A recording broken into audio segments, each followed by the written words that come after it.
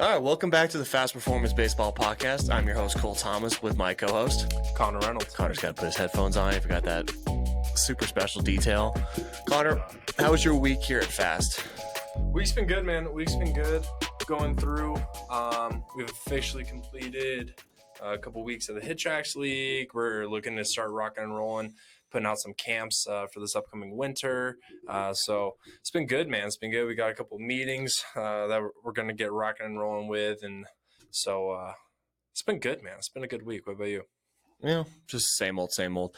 Been noticing a lot. Have you had this phenomenon? I don't know what it is about this week, but it seems to be all of the kids are getting sick all at the same time. Like I know, like the flu is still is rolling around. RSV is rolling around as well, and we still got the COVID kind of mingling about amongst the kids, right? So it's one of those things where I'm like, all right, well, why is everyone getting sick all at the same time? Or is no one supplementing like vitamin D, some vitamin C, some you guys not getting your sleep? It's like it's almost too much.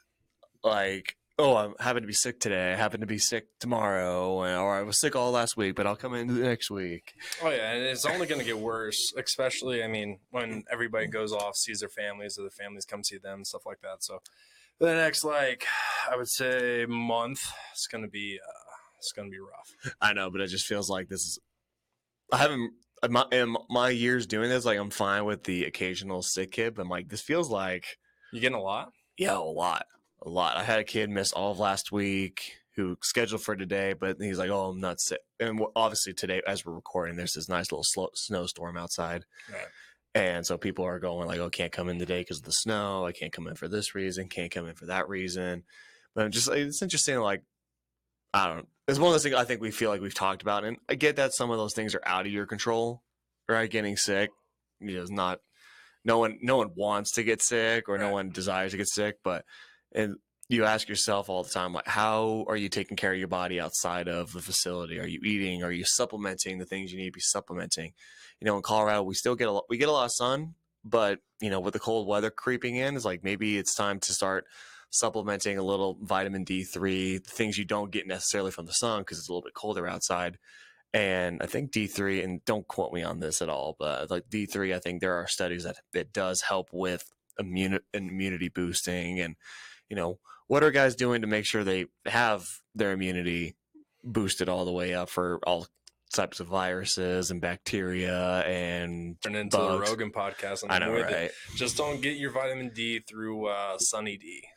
Sunny D. No, Sunny D is not where you need to go work. for. But other than that, I mean, it's been good. Guys are getting their velocities back up. Guys are, seeing major improvements in their fastball velocities. Guys are finally recognizing, oh, this is what it means to throw with intent. This is what it means to try to throw as hard as I can. It's kind of funny. Like you had a kid yesterday. I was doing pull downs with a Lakewood kid, and the mom looked at me. She's like, "What are you doing over there?" I'm like, "I'm just throwing the ball hard." It's like, for pitching? Like, yeah. Pitching, throwing, just like, yes. It's one of those things where I'm always wondering, like, some parents who just maybe aren't in the know about it, or they're just like, "Oh, do you do that for pitching?" I'm like, what else would we do it for?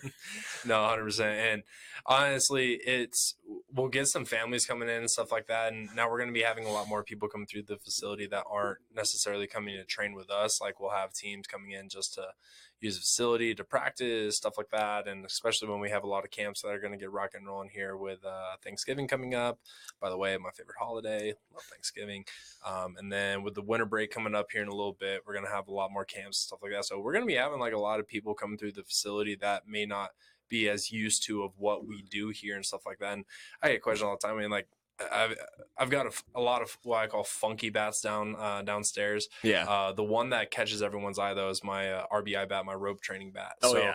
It's missing that little half knot. And dude, the amount of times I have kids, parents, dads, whatever it is, just like walking by, they'll catch their eye, they'll pick it up, and they'll wander off to me like, "What is this for? What's this do?" And honestly, for me, like, those are my favorite times, and those are like my favorite questions because it's an opportunity to like almost kind of go like all out, like display like everything that's going on upstairs Hmm. of like doing drills and stuff like that. And then to see like the parent or the player kind of like, oh, Getting a little intrigued. Yeah. yeah, or it's like I never thought of it that way. And it's like, well, that's why they pay me to think that way. You know what I'm saying? Like, so I love those questions. I love when people are coming through and like, what's this, or why are we doing that, or this or that. It's like, psh, let me tell you.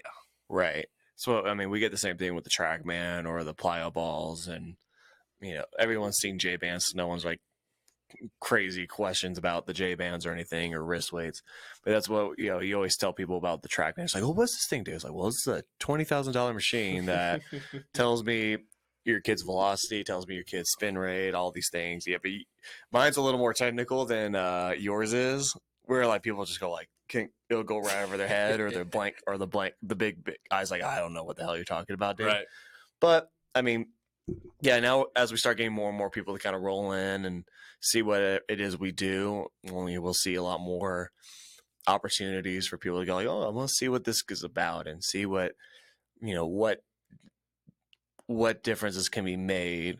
Right, kind of go back to our last episode last week, just like maybe I don't necessarily need lessons. I need like what these guys provide, which is that individualized, quote unquote, individualized, training facility, training environment that's going to get my kid to be the best they can be.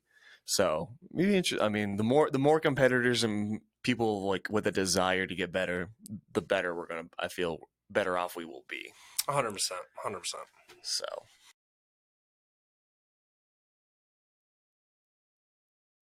moving on to our main topic today, Connor brought up an interesting idea that I think would reply to our college listeners, our high school listeners, parents that are in this situation. We wanted to talk about transferring and the idea of moving from one school to the other because the school that you're already at is not giving you the opportunities to excel. So now you're maybe in the market to find another school to take you and give you those opportunities that you want to see. Right, Connor? Yes, sir. So it's one of those where me personally, so I've transferred. I transferred from a 4 year to a junior college, and then obviously had to transfer from junior college back to another 4 year. I've worked with a lot of players that have either asked or inquired about what that looks like. And it can be from a lot of different situations. I've actually seen some 4 year schools that will actually suggest for a kid to go to a junior college to get that to work out. I've also seen where coaches have changed coaching staffs. I've seen where schools will bring in other players at semester and then tell the players that they have right now, like, hey, you're either going to look to redshirt or you could leave. Like, there's a lot of different situations that can come up where someone might need to transfer. There was a football player, I think, that played for like Clemson or something like that, played 3 years for Clemson. And then his dad ended up getting like cancer or something like that.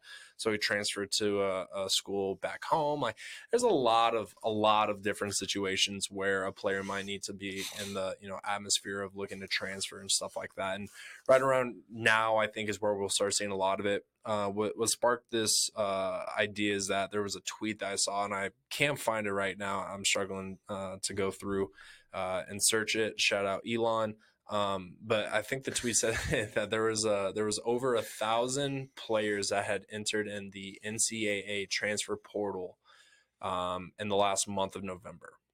And so I think one reason why that looks to start happening right around now is, you go through when it's a recruiting, process, a coach isn't going to necessarily treat you or, go about their every day as like you're already on the roster. They're going to, hype you up. They're going to tell you everything is great, stuff like that. And so, you'll get to campus, you'll get to school in the fall, and then you'll start playing games, you'll start training, you'll start actually like getting in the mix with actual players. And right around now is when you'll start doing those exit meetings. You're starting to get an actual kind of idea of like, all right, where do I rank? Where do I stand with everyone else? And if it's not the situation that you were anticipating going into, or situations have changed, whatever it is, right about now is that time to start looking at different places. And in my eyes, that's going to be, first off, I think you need to make a decision. Are you going to transfer? Are you not?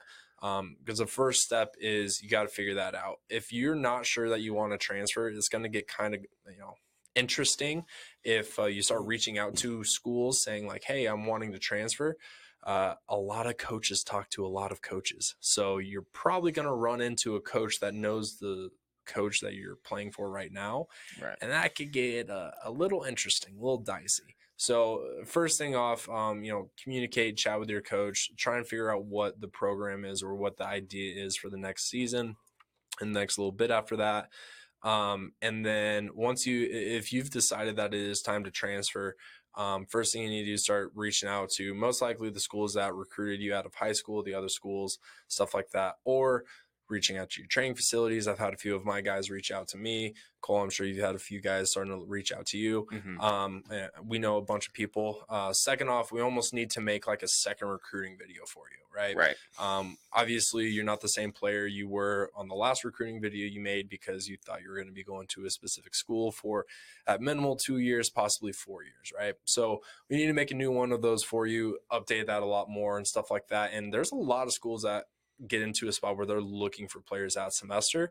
We just got to find those right schools. And so going through, putting together a video, actually reaching out to the right people, that's going to be pretty important. And then when we're looking at the transfer portal has gotten so wonky.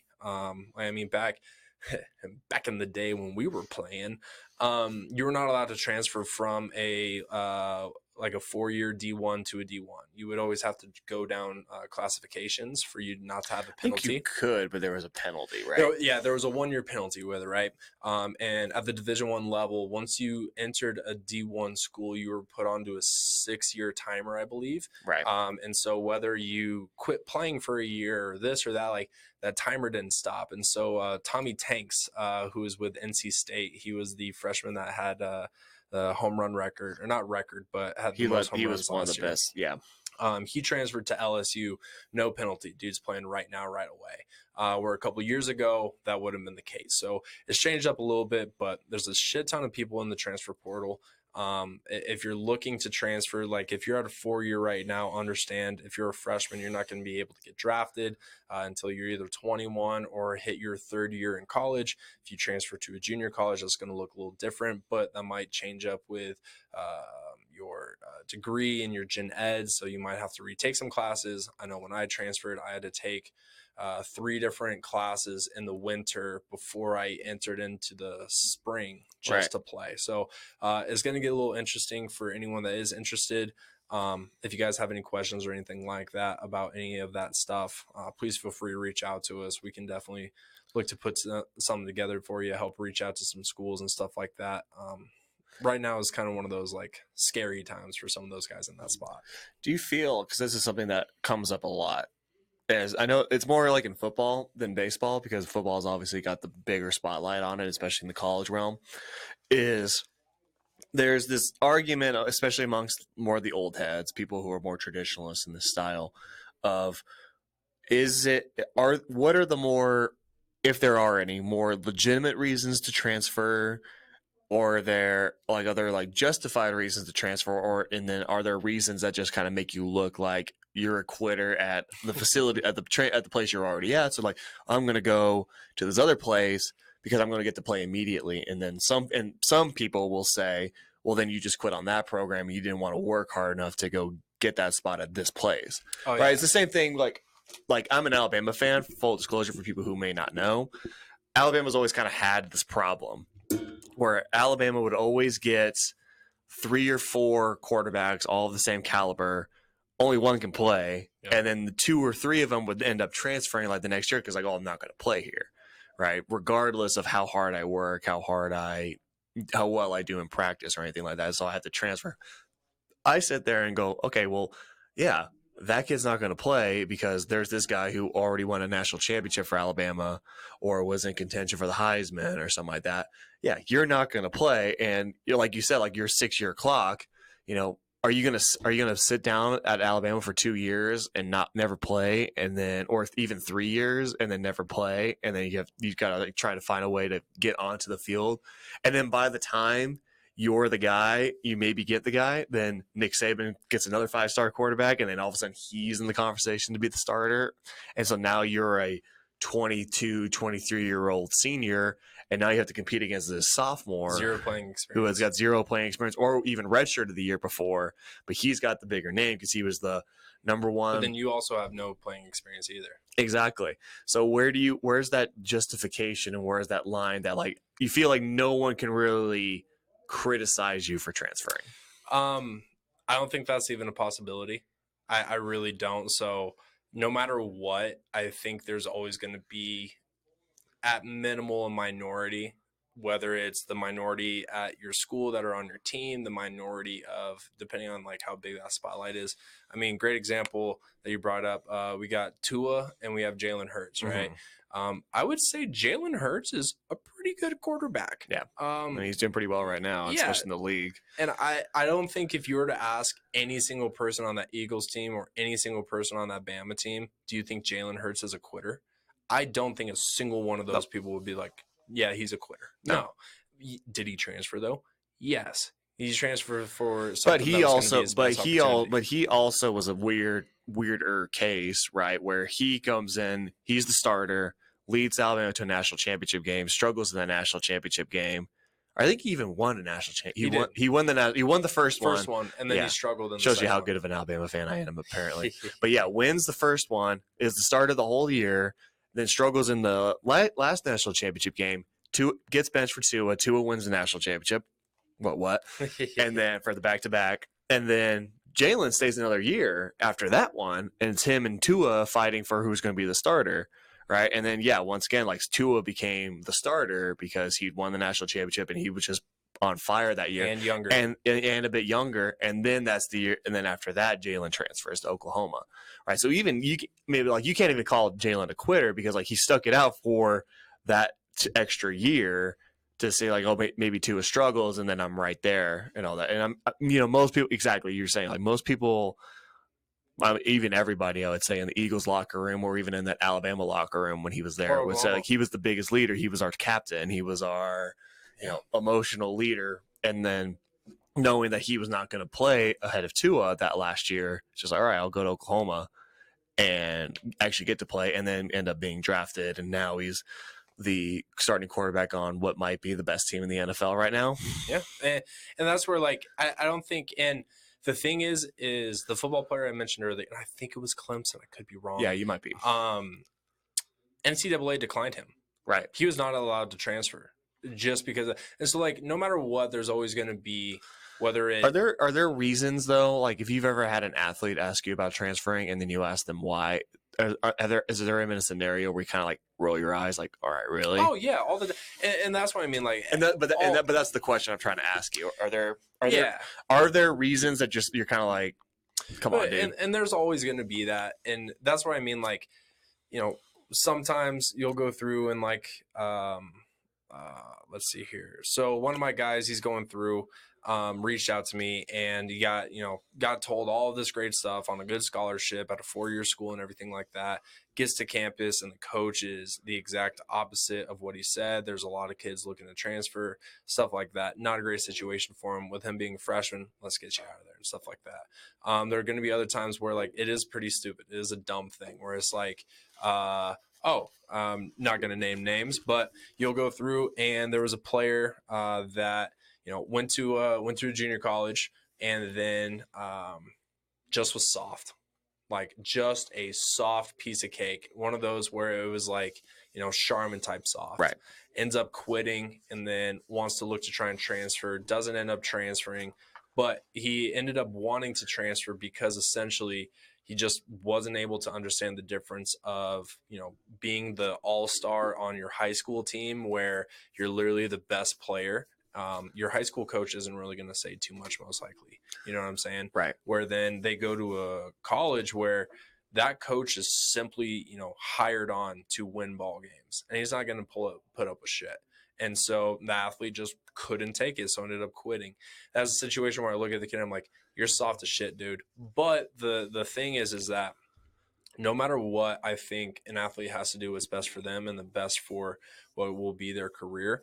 Now, you might argue like that would be a worse mistake for him. I mean, we've seen it literally just like that. So Jalen Hurts ends up transferring. A lot of people thought that that was a really bad decision for him to try and do. Whereas I don't think it was. I go. There were a lot of critics. If I remember right. Maybe if I look back, there probably were, but like, yeah, it's kind of like looking back in hindsight. It's just like, okay, anybody who criticizes that is But and that's because now we have hindsight. Now it's like, right. oh, it played out, blah, blah, blah. What if Tua got hurt the year Jalen transferred? Jalen's sucking at Oklahoma, or maybe he's not playing at Oklahoma. Mac Jones was the backup at that time.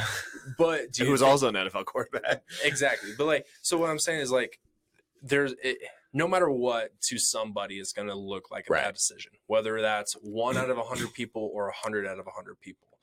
I think it comes down to what's that athlete going to do. We've all made mistakes. Like there's a lot of people in the NFL, MLB, and stuff like that that have made not great decisions. Right? There's a lot of people in college that have made not necessarily the greatest decisions, and it may be a setback for them. But that might just be what's needed in that player's career to go through. I went through and I saw this gentleman. He was the Pac-12 pitcher of the year back in like 2012, I think. Mm-hmm. He had a 90% scholarship to go to UC Santa Barbara. And then once he got that scholarship, he ended up gaining like 30 pounds, lost like 10 miles an hour of velo and stuff like that. And then the school ended up pulling his scholarship. Now that's one of those where if that would have happened a little bit into it, people are going to look from the outside in and look at him transferring as like, why do you think you need to transfer? Blah, blah, blah, all this stuff. Well, the dude ended up going to UW and was a Pac-12 pitcher of the year. Mm-hmm. And he says that the best thing that ever happened to him in his career is that he got his scholarship taken away.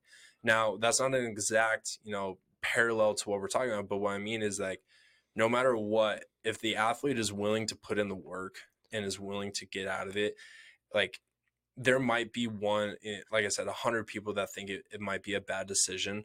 There's a lot more people in this game. If you're able to turn around, if you're ever able to figure it out, if that one kid that I think is soft as hell looks back and he's like, holy shit, I am soft, then that's what that player needed at that time. Now, it may suck for the university or the college because they thought they were going to have this athlete in the spring and he leaves, whatever it is. But I don't think it's always the answer to transfer. But I don't think that is the end of a story for all athletes either. I think the issue for transferring is I feel that it comes from people kids not doing what we tell them. I feel like I tell the kids a lot is make sure you do your research on the schools you go to. And it's one of those things like we want you to avoid transferring, we want you to stay there as long as possible, as long as you're comfortable there. Right. But a lot of that has to go into how much you research the school you're going to or you're going to attend, right? Do you know? Because I've seen many kids who will transfer because they don't have the academic program that I wanted to go do, right? So I can't get a bachelor's degree in whatever type of business you want to go into. So then you have to leave because you're like, okay, well, this is going to be not worth my time because if baseball doesn't work out, then I don't have anything to fall back on. Then I'd have to go to another school that has the program I want. Right. The next thing is how far away is it from home? How many guys have to transfer back home because they go to a place that's too far from home? Just had a phone call with a kid today about that. Yeah. Like they get a little too, and this is what I think is that issue. And we see this all the time with the Division I kids because there's some stat out there. It's not like, I don't know if there's any hard science on it, but there's somewhere in like the nearly 70% range of high school players in Colorado who go to Division I end up transferring back to a junior college or to a Division II school. Because one of those things, like, we got to talk about, you've got to really make sure you're going to the place that's going to fit you the best. Yeah. Right. Jason's got a kid who's from Georgia, who's a remote athlete who got a full, like, massive scholarship to go play at Texas A&M. Right. He gets to Texas A&M. A&M gets new coaching staff. They change the whole thing over. And now all of a sudden this new coaching staff is over recruiting the kids they want. And now Jason's kids kind of like, okay, I have the scholarship. And they're like, okay, well, we over recruited. We have no space for you. We don't have money for that. Money you were promised is no longer there. right? So, but the good thing is the Texas A&M's helping him find a junior college to go to in Florida or wherever they're looking to send him. So he's going to get found put right back on his feet, and I imagine he'll only be at his junior college for about a year maybe, If that. and then he'll go to another Division I school. Right. But that's what you've got to stay as a kid or an athlete or a parent. It's like you have to stay diligent on those kinds of things. Like what's the money situation? What's the how many kids do we come in like they get sold a package of goods, they come back like it was nothing like I was sold on. Right? They come in, they're like I can't tell you how many guys I've had in the past who were like, oh, this coach told me they do driveline stuff. All this stuff I've done when I was in high school, right? And then I go into the college and like you don't do any of that shit anymore. We're going to do towel drills. We're going to do flat grounds. We're going to do flat grounds. We're running poles, boys. Yeah, more running poles. Be cognizant that like coaches will Oh yeah, and embellish. They will lie. They will do anything they can to get you signed onto their roster because they need to fill bodies on their spots. So that's where you've got to be diligent as the athlete and as the parent to what is real here, what is not real here. Like if you ever get a chance to visit the campus or stay with the players, or I have an athlete who's going up to Augustana up in Chicago.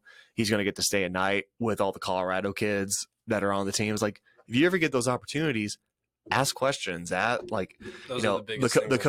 coach can tell you one thing, and then the athletes can tell you an entirely different story. And I've seen it many times where a kid will go to the school because the coach is like, oh, we do this, we do that, we do, and then none of that stuff actually happens. Oh yeah, Like it's one of those things. Be diligent, leave no stone unturned when looking for what school you want to go to, what program you want to play for. How quickly are you going to be able to get onto the field? How quickly are you going to be able to be a major contributor to the team? How easy or what is their training program at the school you go to? What's their line of development? Like even you can ask like in our program, you would probably be a redshirt kid, but here's our development program to get you onto the field the next year or the year after that. Right. That way you're not just kind of sitting there wasting your time, training for innings or at bats that you're never going to get. Right. That's what I always just get too annoyed with guys. It's like some guys just are not diligent enough in doing that kind of research. They'll do some light research. They'll see where the school is. They'll know who the coach is. They'll see some things, and then they get a scholarship, and they're like, bang, I'll go do that. Yep. Biggest things I tell guys is one, look how long the head guy's been there. Right. And that's not saying if you're a new coach that's there, that's not a bad thing. But a lot of time you'll see guys will go through college coaches. It's a ranking system, right? So you'll start off as a volunteer somewhere, then you'll hopefully work up and be an assistant. You'll probably, go from a volley at a D1, D2, then become assistant at like a D3, D2, and then you'll slowly work your way up. And that's not a bad thing, but you also don't want to be used as essentially a stepping stool for the school, right? If you're a player, you're going through and you're looking at the head coach and they've been at 3 different schools in 3 different years and they've just slowly been working their way up. It might be a lot of fun to play for that guy for a year, but there's a strong possibility that's going to be gone. And NLIs are signed to the university, not the coach. Coaches aren't signed to the school like a player is, right? And so that's a big thing guys got to look for. Like you said, talk to the current and former players that are there. Ask them what it's like. Ask them how many guys transfer out. That was a big thing. And that's one of the biggest red flags I've seen is my junior year, we brought in, it was close to like 15 JUCO players. So in my eyes, what that means is you're bringing in 15 guys that have been at other programs that have been successful and are now being brought into this play. I think 9 of the guys transferred the year after that. Right. And so if I'm an incoming player, if I'm getting recruited by that school and I go up and I ask one of the kids, I'm like, hey man, like, so how many guys transfer out? And then be like, well, we just had 9 guys leave that were only here for a year out of, 14, 15, 6 of them were starters. Right. It's like, I wonder why that would be. I don't think, 9 guys are going to transfer because it sounds like fun. I think there might be an issue with the school or the program or this or that. Ask those questions because that's not something that schools advertise on their Twitter page or their homepage. Like, hey, we just lost 6 guys. Like they don't advertise that. And so you got to ask those questions. Other thing, when you're looking, find out how many other guys are from the region that you're at. right? So if you're going through, if you have a dream school or you want to do this, you want to do that, go through, look at the roster, see how many guys are actually from Colorado on that team. If there's 0 guys on Colorado, still reach out, but there might be a reason for that, right? That's coach may not like, Colorado guys or something. So if you're looking to transfer, probably not going to look to transfer to that place or whatever it is. You're always going to find schools that love bringing in guys that semester. You're going to find schools that hate bringing in guys in that semester. So try and figure out, what is going to be your best fit. Ask a lot of questions. The worst thing you can do with your career is not ask enough questions. Yeah, not do enough research, not doing. Where do you think in the high school ranks transferring? Because I think honestly, to me, I think the transferring rules in high school, especially in Shasta, need to be changed. So I think they're far too much like what the NCAA used to be. Mm-hmm. That whole like you can transfer, but you have to take a year off. You can't play on varsity for a year. Yeah. And then they make it hard as hell on what's like considered the hardship rules. And I was like, I know I know players who play for coaches who are awful, like awful people, awful human beings, awful this, awful that. Like I have 2 kids, or 1 kid now, he's in college, and his younger brother is still in the high school realm. But like, I kind of want them to not play at the high school they go to because their coach is terrible, and they know he's not terrible in a way of like, it's like he abuses them, but he's kind of like in a position he has to abuse them because because the 2 kids are his best players in his program. So like, it just overuses the shit. It just overuses the shit out of them, and like I think it was last year, the older brother who's now at college, like he was pitching in a game, and his elbow was obviously hurting him, and the coach was like, keep pitching. And it didn't take until the other trainer from the other team had to come out and say, hey, coach, you need to take your kid out of this game. And like that's where I'm like. And that's the same thing. Like, there's too many coaches in Shasta and Colorado who don't know what they're doing. It's one of those where I understand why they have the rule, and I more so understand it at the high school level than I do at the college level when they had the 1-year situation. Just because literally the turnover of coaches at the college level is unreal. It is. And so when you go through, if you get recruited by this one coach, you sign a 4-year deal essentially to be there. That coach can just, oh, hey, by the way, I'm taking another spot. Newsflash. All 3 schools I went to, all 3 years, within a week, the guy that either recruited me or the hitting guy, boom, gone. See you later. And they moved on to bigger and better things. And it's not a knock on them or anything like that. But for me as a player, I was going into a situation where I'm thinking I'm going to be getting this. And like the first school I went to, we didn't hire a new hitting coach for like 2.5 months. Right. So it was just like, here we go. Here, go do some soft toss. At the high school level, I don't feel like there's as much turnover because a lot of the coaches are also teachers, and generally you're not going to be transferring from school to school to school, year to year to year. Right. But then I also get where, you don't want the travel ball idea where it's like, oh, Timmy's not good enough to play here, so we're going to go over here.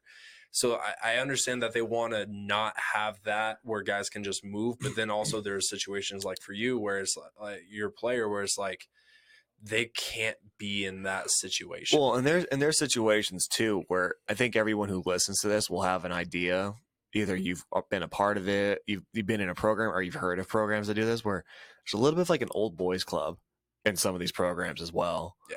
Where if you don't play for my specific, if you go to high school A and you don't play, and you play on this club team, but you don't play on my high school summer team or my fall team or whatever, then you're kind of just like shunned out of normal standard business in the program, right?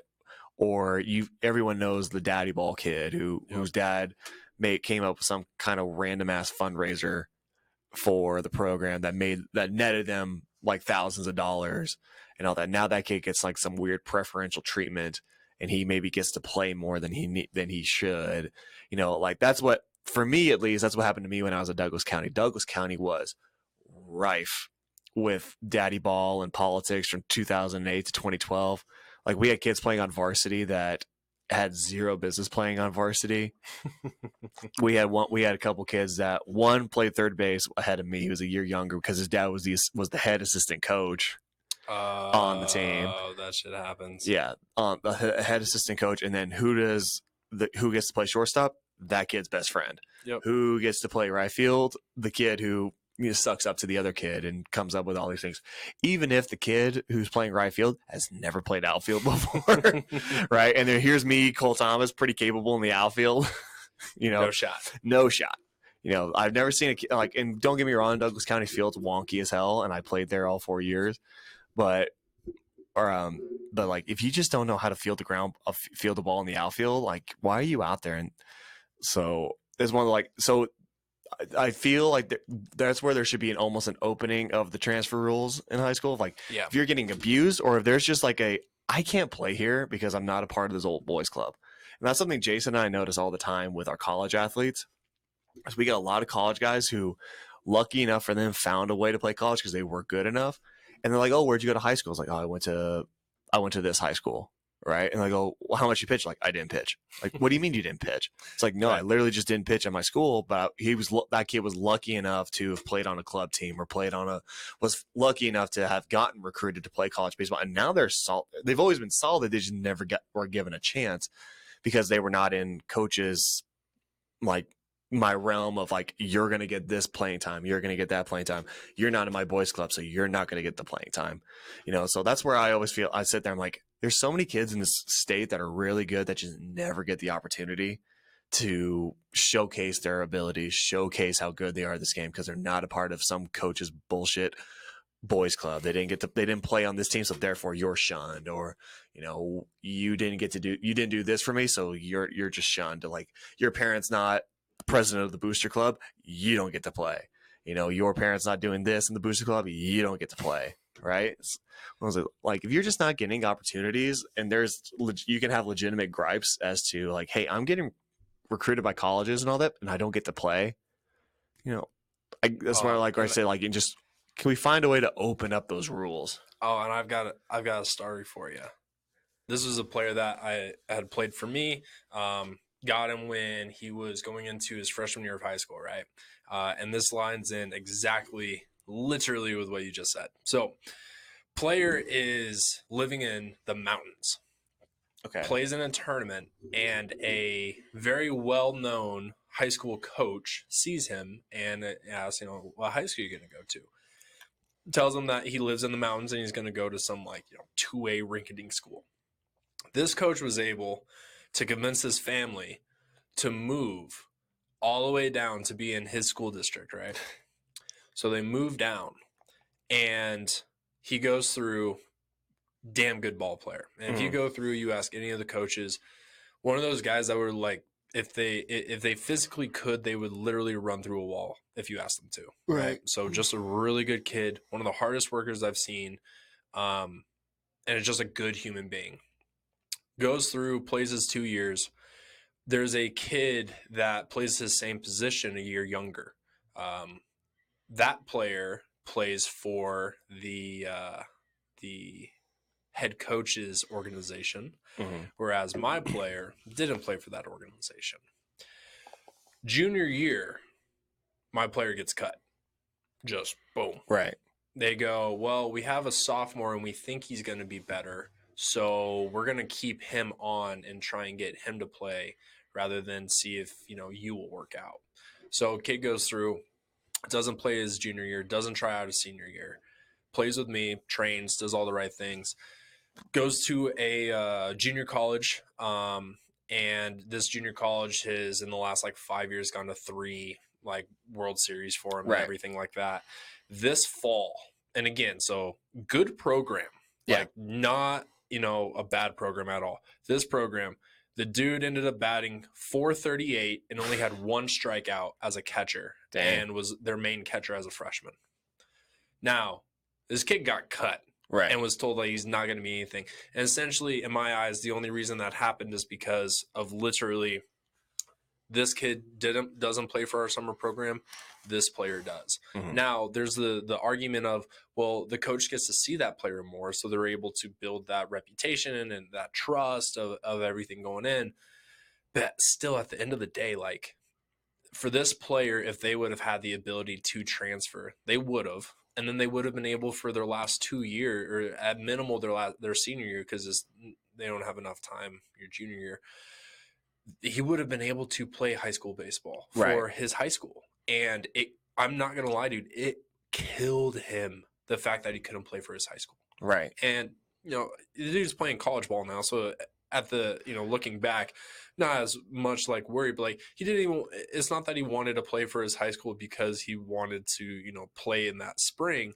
He just wanted to be able to represent his high school. He wanted to play with his buddies. He wanted to, be in front of all of his classmates in the stands when he goes through in his play life. Right. That's a thing that I completely understand, and essentially is robbed of this player, because it's not that he didn't work hard enough. It's not like any of that other stuff. It's essentially when this kid's younger, predecessor came through and got paid, the big bucks to play for the high school coach's summer ball team. Right. That kid was picked. And I mean, that kid's also playing college baseball right now. So again, I'm not saying that either of them are bad or anything like that, but it's just, if you have 2 college catchers on your program, like, that's not a bad spot to be at. No. And also, this kid, to a point, has played outfield for me. He has played second base for me. Really good pitcher, because he's just a dog, a dog, and just wasn't given the opportunity because of the situation at hand. Yeah. So that's, what we talk about. Like, that's where I keep saying, like, we need to open up those transfer rules. Like, if you're in a situation like that where it's something that's out of your control, like, and you're gonna kind of get bogged down behind politics or behind, like, you need, like, it's a scratch your back, I'll scratch your back kind of a system. Right. And that's where, and I think that's where we can land into the next segment, or stipulation, is where you need to work on being good enough to where if you fall into those categories, people can look and go like, what the hell is going on with that program? Yep. Right. That was the thing. Like, in the Douglas County program, it's like this, like for your kids, like saying, I got cut my junior year of high school as well, because I called out the bullshit, I called out the politics. I literally called out the kid who was playing third base ahead of me on the JV program. I was a sophomore, he's a freshman. I literally just said, I'm like, the only reason you're playing is because your dad's the varsity assistant coach. Ew. That's literally all I said. The very next year, I get cut. Right. And I'd go to that same thing. I go to the head coach when my name's not on the list.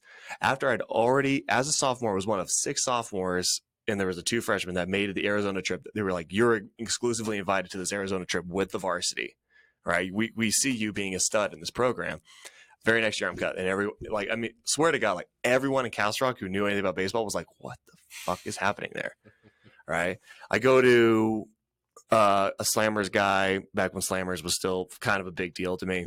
Go to this pitching coach, and they're like, oh, who do you play for? I'm like, well, I don't play. I go to Douglas County, but I don't play. And I still remember to this day, just like his eyes can just like, what the hell? Like, big deer in the headlights look. So I was like, what do you mean you don't play at Douglas County? Right. I still remember the day, like, this is why, like, I wish I had transferred over to Castleview, because one of my stupidity, like, I wanted to play basketball because I played basketball for DC all 4 years. But like, I knew if I was going to go to CV, I wasn't going to play basketball because the coach at CV at the time was an absolute asshole. So I'm like, I'm never going to play for that guy. And the coach at Castleview at the time was also an asshole, but I'm like, I could deal with that. But so that was one of those, like, a big mistake. That's one thing I regret on, is I should have transferred to Castleview. Because one of those things, I sit there, I'm like, oh God, it would have been so satisfying when the DC CV game, to just shit on them and destroy, because that was the year, my senior year, the year if I transferred, I would have played. We made the playoffs, barely stuck into the playoffs, and we played you guys at Brighton. Yes, sir. Right? But that was the first year in 13 years that DC had made the postseason. Yeah, for Chess. I'm like, so I always say back, I'm like, God, how satisfying would that have been to ruin that for them? That would have been sick. But like, I was like, I go, you've got, where I always say, like, you have to be good enough, and I say that all the time, is you've got to be in that level. You're so good that if you get cut or whatever, something happens, like, people can go, wait, what the hell is that happening?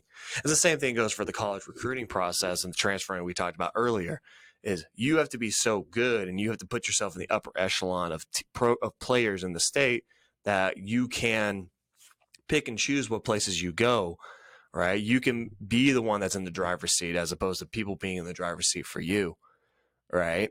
So always make sure, like, now we've got all these services to see where you stack up amongst your peers. And it's like, all right, well, be that guy, be better than that guy. Who's the number 1 player in the state right now? Be better than him. Be better than the top 20, the number 20 pitcher in the state. Be better than the number 20 first baseman in the state. It's like you've got to be. If you can get really good at this game, a lot of things get more put into your control than other people's control. Oh, And most that's what I definitely. feel we always try to advocate for guys is like it's your career and you should be the one that's in the driver's seat, right? Nobody else should be. We got too many kids that don't take that and understand that to that effect. I think they understand like, hey, like if I'm gonna go to college, like I'm the one going. If I get drafted, I'm the one that gets drafted, and all this. And like that's not the there's so much more to owning your career than just that, Right. and understanding those other aspects of it. Um, and any more that a player is able to essentially understand those is going to help them out so much more in that recruiting process, in that transfer process, because they're going to understand their self-worth. They're going to understand what, like, who they are and where they stack. Ignorance isn't bliss anymore when it comes to your career, with knowing where you stand and where you rank with stuff. There's too many things, like you said. There's PBR, there's Perfect Game, there's YouTube, there's Twitter. Like I catch myself going through, and a lot of colleges now have analytic Twitter teams Right. where they will literally post out like, hey, just got done with an inter squad. These are the top exit velos. These are the top fastball. These are the highest RPM pitches. Like they go through and they will, show that stuff. I go through and I screenshot that. So that way, when I go through and, I have a kid, Wichita State is one of my favorite ones because they also will put video in with it. Like I'll have a kid that, I want to go to Wichita State. It's like, all right, well, Here's what the average dude at Wichita State looks like. Here's what their actual numbers are. Right. Where do you rank? And if that player is very, very, very low, or not even comparable to those numbers, maybe he can try and be a math major and be on the analytical team. Right. But like playing wise, that's not going to be in your cards, my guy. Like unless you are like a Ricky Henderson speed and need like no scholarship money or anything like that, maybe you can try and walk on to be like Right. a pinch runner for them or something. But like outside of that, like you're not going to get what you want. So it doesn't matter if you're not there because you didn't know. You're just not there. And so at the end of the day, that's what matters.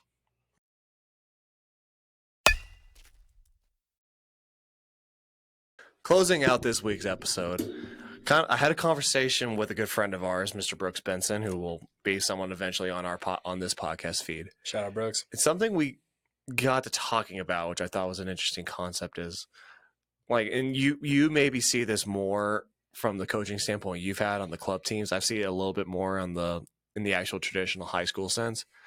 Is there do you think there's a competitiveness problem in Colorado?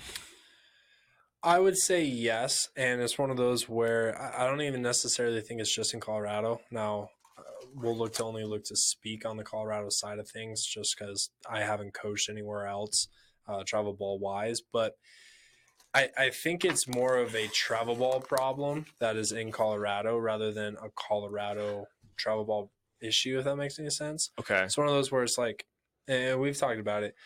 If you have a kid, right, and you go through and your kid wants to play shortstop, but your kid isn't good enough to play shortstop, or in your head the coach is not allowing them to play shortstop, whatever it is, you can just pick your kid up and go to the other team across town, or Right. maybe even a team inside of the same facility. Like you have so many different options, and so I think it's one of those where it started off as I need to take my kid somewhere, but now it's like to a point where I've even had in past times when we're doing tryouts, I want players or parents to list out how many other programs they've been with, just so that way I can see, are you like just a team hopper? Have you played on 8 teams in 3 years? Like if that's the case, I feel like you're not going to be a competitive player. Because rather than saying, hey, I'm going to go through, I'm going to, fix this, whatever issues may lay, you just, hey, we're going to go to a different team.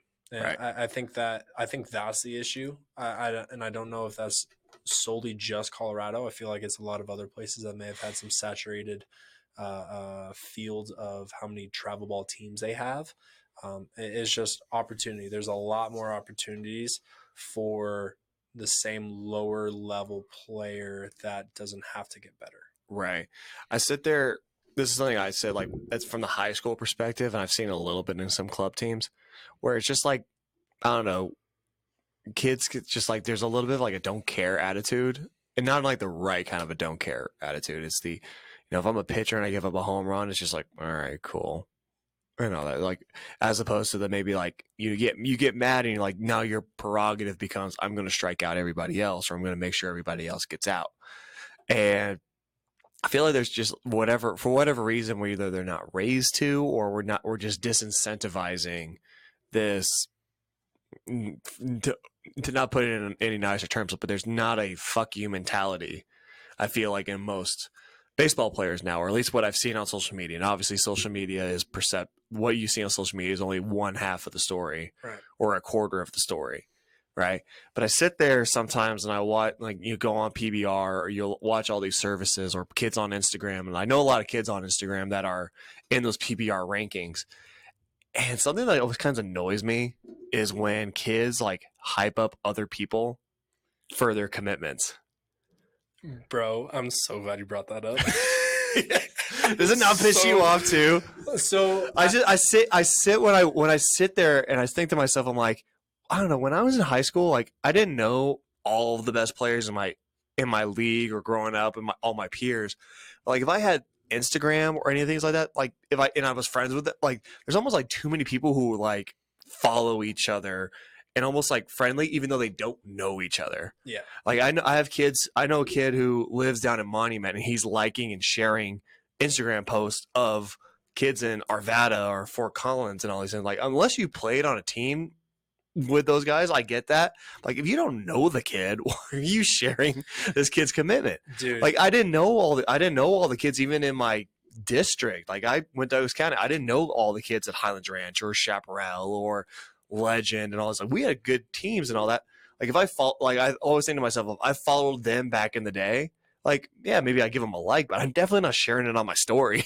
No, dude, and it's gotten to be a point where, and I've given a little shit to some guys on this, and like, it's the same thing for me, like what I call the Instagram story inception, Right. where like someone will post something and they'll tag somebody. Well, the person that they tag, they'll then reshare that, and then the original account will reshare that, and then that person that got tagged, they'll reshare that. You're just seeing the same shit over and over and over and again. It's like, okay, like, at what point are we saying like, hey, I saw this the first time? Like, and I see that happen with the PBR, leaderboards and stuff. And like, and I get it, like, Brighton, they had a gentleman, I'll shout him out, Anthony Toretto. Dude's a baller. I like him a lot. Yeah. Played with his older brother, Dom. Jose. I was going to hope for Dom Toretto. Family. And like, he's a good dude. Well, he got thrown on, and he was one of the uncommitted, senior dude. Like, I like the dude a lot. Dude just balls. Dude just balls. And he was one of those guys that Brighton High School also has a gentleman named Brock Eddy, who is an ASU, commit, just signed. Shout out, good shit, Brock. Played with his older brother too, but it was one of those where like he kind of has been like a little bit like not as I would say appreciated at Brighton, and I don't think too many people like knew of him. But goes down to PBR showcase. I think his like RPMs on his fastball is like 2,500. Yeah, like he's pretty good. I've seen his stats. He's got top stuff. 90. Well, when he got put on, like all the Brighton people were like posting and stuff like that, and like that's the I like that kind of stuff. But then like where you bring it up where it's like, you've never met this dude, or maybe you guys liked each other's posts like a couple of times here or there, and it's like, I don't know. For me, anytime I would see you guys post, and maybe this is the generational gap. Yeah, that's well. Before I brought that up, I sat there. I'm like, is this like? Am I getting into the get off my lawn territory with this? Well, like for me, it's like or getting to the back in my. I mean, we were getting into a little bit into the back in my day, but I'd sit there and like I don't know. Like, do you need to be liking some kid's post that you've never met and being happy for? Like, I'm sure I'm happy. Or like broadcasting it. Yeah, broadcasting that you're happy that this kid that you don't know is going to a school that maybe is your dream school that you're not going to. Yeah, like, and I think this where it'll kind of tie into like that fuck you mentality, in my opinion, where last week we talked about competitive stamina. for me, I feel like an athlete has to go through a long period of time for that stamina to build up Right. to then actually learn how to have that fuck you mentality. Because if you've gone through and you like anytime you've tried to have that fuck you mentality and you've just been slapped on the hand, whether it is by a coach, by another player, or like you thinking you're not doing well enough, like you don't have that ability to say that or bring in that kind of mentality, you're not going to understand what that takes, you know? There are some players where it almost feels like a false fuck you mentality where like they don't know how to do it, but they know that they're supposed to do it. So they'll just walk around. It's like, fuck you. And it's like, whoa, calm down there, Pally. Like there's a line that we have to like be able to maneuver. Have you ever seen that? I see this a lot. I saw this at Bear Creek a lot. And there's kids from other stories from other coaches where there's almost like this, like, you've seen kids who are like they maybe know the kid or they've played on a club team or they played each other in club ball, and they're just like, that kid's a bitch or that kid's a pussy or whatever. I'm just like, well, that kid just hit 3 bombs off you the other day, and but like usually there's this fake DGAF mentality or this fake tough guy persona. But as long as, like, you can talk all you want about that kid's a bitch or that kid's not really as good as you think he is or this and that and this and that. It's like, well, then prove it to me, as a coach or as an evaluator, if we start working in pro ball, we start working in college ball and things like that, prove it to me that you're better than that kid. You can't just go call that kid a bitch and then he goes and strikes you out 4 times. Yep. And it's where I think that there's been a major misconception with this idea of alpha and beta. Yeah. Here's the thing. If you're an alpha, you don't have to claim that you're an alpha. Yeah. You're just a fucking alpha. Like that's the difference to me is, and I know of a few guys like right off the hand where they'll walk in and they'll just, rather than being able to understand and be confident in yourself. And I think that's where that fuck you mentality and that competitive stamina comes in, where if you've never had your back against the wall and had to fight through that and you actually got through that, you don't know what it's going to take. So you just are saying, wild shit out there. And there's too many people that walk around like, I'm the alpha, I'm the best, I'm this, I'm that. I'm like, here's the case, dude. I've been to, showcases. I've been to college. I've been like, we've seen a lot of ball. Yeah. And the best dudes that are on the field or at the facility, I've never heard them say that they're the best player because they don't need to. They just are able to show it. They're able to do it. They have that ability to just say, I know I'm the best. Right. I don't have to go around telling everyone I'm the best because I just know I'm the best. Right. And then going out and actually being able to do that. And I think that takes that ability to get told, hey, like, great example. Homie from Louisville, the right-handed pitcher, got the glasses, Vanderbilt, struck him out, looks back and just starts screaming, fuck you. Right. Like that dude. Where I think that was able to be applied is – that's a high pressure situation. That dude knows that those dudes could hit tanks off them. Right. It is a tight game. He strikes them out and one bad pitch changes that whole game, and Louisville is not going to the College World Series or is not, like, exactly like you're saying, like high leverage situations where one pitch can change an entire season. Like those I understand. But he was able to get to that point because he's had prior situations. He's been in those situations before. He was that dude for Louisville, and you can't just come in with a fake tough guy persona. You and I have seen enough, like you said, you and I have seen enough ball where we can know who are the phonies versus the legit guys, right? I'm thinking of one person right now, and it's a throwback. I've never met the dude. I don't know the dude, but we've mentioned a game in the past in this podcast so far. You know what I'm talking about now. Do I bring it up? Use an example? He doesn't. He won't listen to this. Okay, so I don't even think he really cares about baseball anymore.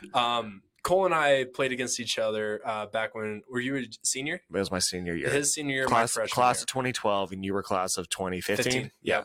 And so chance encounter. We did not know each other at the time. Not at all. I didn't even fucking play. Like, I'm not like. Don't worry. Neither did I. So like, I'm not trying to be like, cool. Or like, I won that. Like, no. Like, I had nothing to do with it except for a small piece. We're going through. We're playing a guy. this dude has the tightest pants on like in the world. Oh, Just we've been told that he is a head case, like everything like that. Dude gets on the mound and just has that fuck you presence, right? Did a good job of it, but then we found out it was a phony presence, or at least it wasn't as much as what he thought it was. And so one little small thing goes not his way. Normally, a true like fuck you mentality, a true alpha, that shit doesn't matter. But my job on the bench as a freshman at that time, you also knew he was a mental midget, oh though. yeah, But and all I did, me and like one, two other people, we just jumped on that shit and we just started riding him, and he unraveled. We ended up 10 running, like 5 innings, whatever it was, like 10 runs. He had the mentality at the beginning, didn't have that at the I'll give context. Like, this was a kid who, having grown up with him, end. it's not like you didn't do anything special. No, That's just the way he always was. right. He was always like that. He was one of those kids who's super nice sometimes, and then could just flip on a switch. It turns into just a total like nutcase. Lets the moment get to him. He did that all the time when we were growing up. He never changed. That's why he went to junior college for 2 years and then just was done with it. And like in my head, like that would be like that fake, like trying to push it. And if you're playing a team that's not very good, if you never get put into a situation that's a struggle, that's going to play out. Like it'll work.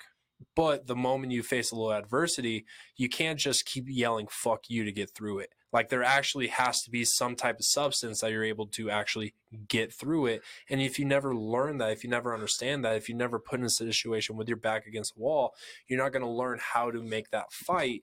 Thus, not as competitive. Let's just say, and like you and I play college baseball, and you play a little more pro. You play a little bit. You dabble in the pro, but you can tell. Like everyone can tell this. I wonder if there's always just like this weird situational awareness. But like, there's that kid who brags on. Everyone knows this kid. Everyone that brags on himself a little bit more. He's the rah cheerleader guy. Like, come on, do this, do that, do blah, blah, blah. But it's like, that's the kid that's always seems to be to me the kid that if he's put in a pressure situation, I know he's gonna fail. Folds And immediately. and he's the same kid who he gets everybody else. He can get everybody else in trouble. But when he gets in trouble, he turns into like oh, I didn't do anything, and like he takes zero responsibility for anything, takes zero responsibility for like what he did. He finds a way to blame, like, oh, my second baseman was out of position on this ball, and it wasn't my fault, and all that. But it's what, like you were saying, is like there's that difference between who are the alphas and the betas, and the guys who are always and I don't really necessarily agree with that outlook on things, but I mean, don't get me wrong. Like the guy who came up with the concept of alphas versus betas doesn't even believe in that system anymore. Yeah. But still, the it's a metaphor and it's a moniker for like guys who have it and guys who don't. I'm more willing to trust the guy who doesn't say shit and just does his work than the guy who just likes to yap has and yap. Tell you how good they are. Exactly. Like if you're really as good as you say you are, you wouldn't have to tell me, dude. Yeah. Like I would be able to visually see that happen. There's the difference between having to show me you have presence versus just having presence in the box, on the mound, in the field. You just like, I can watch a kid in the field, doesn't matter position. Like it's like that kid's going to screw his team over, or that kid's going to make a play to win the game for his team. Great example. Going through. And this is how I look at pretty much life. I feel like this is directly into life. When you're going through, we had this one guy had a new PR and is ecstatic about his PR. And there was a guy that's a little bit older than him that had a very similar PR. So the younger guy goes running up to the older dude. Because in my opinion, if you have a younger dude run up to you and try and compare you, he's not saying that he's actually like, they're not actually trying to compare. They're trying to say like, look how like, it's like a badge of honor a little bit. You know what I'm saying? The response from the older guy was, well, did you do this? Did you do that? Like gets super defensive. And it's like, well, what about that? Did you do it on this? What about this? What about, and it's like, if you truly know, like you're trying to defend yourself by saying that you're a better ball player. If you truly know that you're actually a better ball player, you would have said, dude, I am so proud of you. High five, go about it. But no, this gentleman decided to try and, I'm going to try and find holes in what you did rather than raise me. Like, and this would be the last thing that I say on it. Best thing that you can do is if someone comes up to you and is asking a question, this or that, like if you're getting compared to somebody else, are you the type of person that has to, when being compared, talk shit about the other person? Right. Or can you just praise yourself? Like, are you actually higher or better than that person? Or are you just trying to push that other person down so you look taller? Like, Right. why are you the better person? Is it because you're actually better, or is it because you're just making that person look smaller? Right. If that makes any sense. Yeah, like I think That's what makes a alpha, quote unquote. So no, that was good job today. Yeah, that was nice. Good job. Good potty. Connor, where can the guys, everyone find you? Everyone, the good, the bad, and everybody in between can find me at fast_RBI, Twitch, TikTok, Twitter, YouTube, Twitch. Yeah, fast_RBI. Nice. What about you? You can follow me on Instagram at cthomas624, or no, it's my Twitter handle. I did that 2 weeks ago too. All right, people in the comments, can you just tell this man to just change his freaking handles to the I same know, right? thing? Like it'd make you like, watch this. You guys go follow me, fast_RBI. What are yours? I know. So easy. Not the best at that. I tried to change. I think I tried to change my Twitter handle, and I don't think it worked for me. Well, yeah, Elon's heard how much shit you talked. It's just true. Elon did. Elon does not who like, else? AOC, same thing. Oh, yeah. They don't like me. Yeah, cthomas624 on Twitter, Cole Thomas Fast on Instagram. You can follow Fast Baseball at Fast Baseball on Instagram and TikTok. Fast Performance CEO for Fast Performance on Instagram. Go buy some merch. We still have a lot of it still hanging around the facility. For right now. For right now. Now it's snowing outside. This sweatshirt's mighty cozy. It's a very cozy sweatshirt. Very cozy. It's got a little secret compartment too in here. I found I have a circular 10 that happens to just fit perfectly right there. I don't know if that's by design or what, but I don't think they're going to stick around for too long with how cold it is outside. People are going to be snatching these up, so hurry in, get yours. Sweet. All right, well, we wish you all a very happy Thanksgiving, happy holidays. We will all see you next Tuesday.